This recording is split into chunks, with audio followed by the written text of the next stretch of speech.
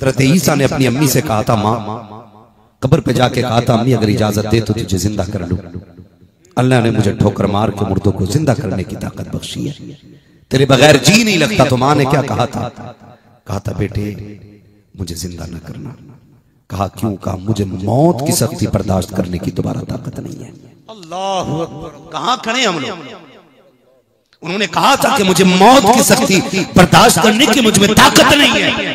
कहा बेटे जो पहला झटका लगा था ना मौत के वक्त, आज तक उसकी कड़वाहट मेरे हलक के अंदर मौजूद है। किधर खड़े हम लोग? सारी शोहरत के पीछे जरा सा चमक दमक वाला बंदा मिल जाए, लादरा एक फोटो खिंचवा, कल नेट पे डालना। जानते हो क्या देंगे हमें?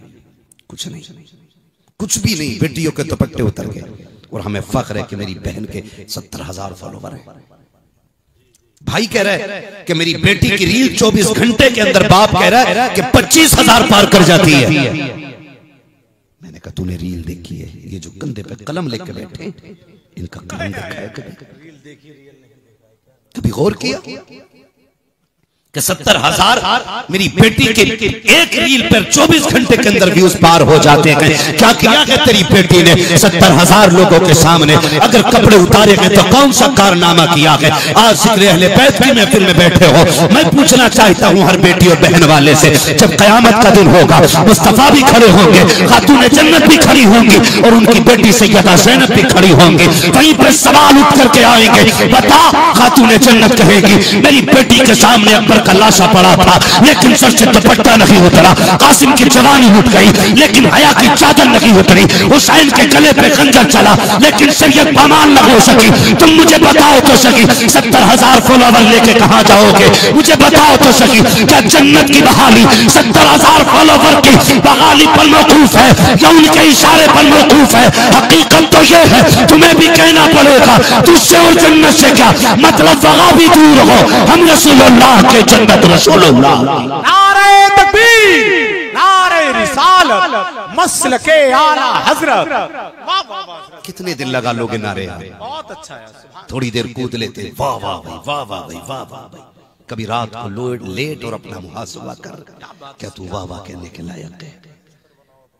हज़रत फरमा रहे हैं हर बंदे का अपना एक रजिस्टर होना चाहिए। सुबह से शाम तक कितनी नेकियां की हैं और कितने गुनाह किए, फिर अंदाजा हो जाएगा। याद रखिएगा, लतुसअलुन्न यौमइदिन अनिन नईम, कयामत में एक एक नेमत के बारे में पूछा जाएगा। बता मैंने पैसा दिया था किधर लगाया? किधर लगाया? जी 16,000 के जूते खरीदे, 18,000 का कोट पैंट था। ये हिसाब देंगे। फकीरों का अपना मामला है, अपना मामला है। किसी ने मौलाए कायनात मौला अली से कहा था क्या बात है?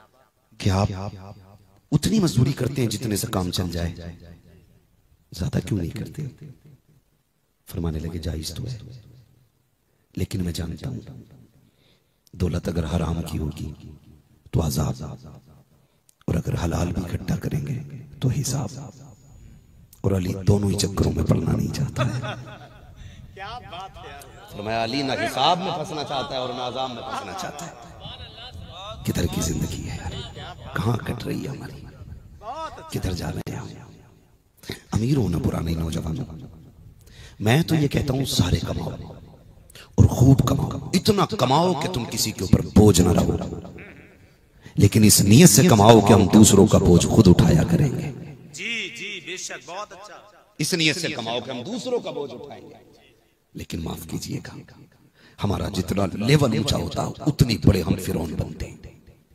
गलत नहीं कह रहा हूं, गरीब बंदे की कम डिमांड है जहेज में, अमीर की ज्यादा डिमांड है ना? गरीब की बच्ची पर्दे में मिलती है, अमीर की बच्ची बेगैरती में मिलती है। गलत नहीं कह रहा हूं। कई सारे ऐसे फंक्शंस हमने देखे कि जहां शरीफ बच्चियां दुपट्टे में लिपट के जाती हैं तो कोई उन्हें बहाया नहीं कहता, लोग कहते हैं देखो आज भी पुरानी सोच में डूबी हुई है। हाँ, पुराना ख्याल। बताओ इस दौर में भी अभी घाटे में लिपटी पड़ी है। इस दौर में भी इसने फांसी को मुसल्लत कर रखा है। इस दौर में जिनकी जन्नती होने की जमानत मेरे नबी ने दी थी वो फिलिस्तीन की जनरेशन है। आज आप मुझे देख करके फैसला ना करें जन्नती कौन। आप नाजिर भाई को देख करके अपनी लाइन का सिलेक्शन न करें, जिनके बारे में हुजूर ने कहा उन्हें देख ले। और फिलिस्तीन वालों के लिए मेरे महबूब ने कहा था कि कुर्बे क़यामत एक जमात होगी जो फिलिस्तीन की हिफाजत में लड़ती रहेगी और आखिरी सांस तक लड़ेगी। फरमाया था वो सारी जन्नती होंगे। मिंबरों पर बैठने वालों को जन्नती नहीं कहा मेरे नबी ने इस दौर के। ये नहीं कहा कि जो उस वक्त के जुब्बे कुब्बे वाले हों उनके साथ हो जाना। हुजूर ने उन्हें कहा है जो सर कटाने के लिए खड़े। मैं उसी फिलिस्तीन की बात करना चाहता हूं। एक बच्ची से इंटरव्यू में पूछा था हर वक्त नकाब में क्यों रहती हो, तो उसने कहा था तुम तो जागते की बात करते हो, हम तो सोते भी नकाब में हैं। शायद ये जुमला पूरी कौम के लिए सबक बन जाए, पूरी कौम के लिए सबक बन जाए। बुजुर्ग से किसी ने कहा था नसीहत फरमा दें, उन्होंने कहा था जिन्हें जनाजे नसीहत नहीं कर सकते उन्हें तकरीरों से सीधा नहीं किया जा सकता है। अब ये तो कानों के चस्के रह गए, भाई उसे बुलाओ उसे सुन ले, उसे बुलाओ उसे सुन ले, उसे बुलाओ उसे सुन ले। ये कानों के चस्के सिर्फ हमारे। जिन्हें जनाजे नहीं सुधार सके उन्हें मौलवी सुधारेगा। जो मैयतों को देख के अपना ठिकाना ना समझ सके उनके ठिकाने हम बताएंगे। जो कब्रिस्तान में खड़े होकर ठट्टे लगाएं वो जलसों में आके सुधर जाएंगे। हिसाब लो कभी अपने आप से। उस बच्ची ने बड़ी बात कही थी नासिर भाई, उसने कहा था हम तो सोते भी हैं तो नकाब पहन के सोते हैं। कहा क्यों? का पता नहीं कब कौन सा बम आके इमारत पे गिरे और हम उसमें दब के मर जाएं। का जब मरेंगे बम गिरेंगे तो लोग हमारी लाशें निकालने दौड़ेंगे।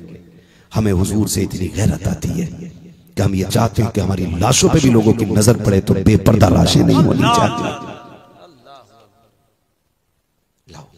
कहां खड़े? हमारी गोद में सलाहुद्दीन है, हमारी गोद में मोहम्मद बिन कासिम और सलाहुद्दीन अय्यूबी ने जब वो फतह किया था ना बैतुल मुकद्दस को और